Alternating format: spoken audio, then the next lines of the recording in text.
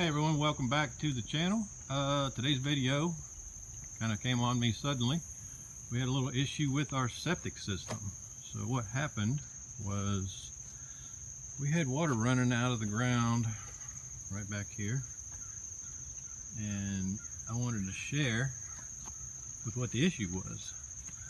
So this particular tank has a small removable lid, and all tanks are different, so depending on what kind of tank you have, there's going to have a different kind of lid. So on the outlet side of the tank, there's a filter. If you have a tank that's been done within the last probably 15 or 20 years.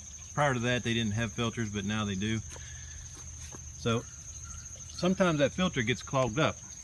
So to get to the filter, you have to take the cover off, and you take a hook of some sort and you can pull that filter out. So I've already pulled it out and cleaned it, but this filter was completely full of sludge. This is what was inside the filter. It was just a bunch of sludge.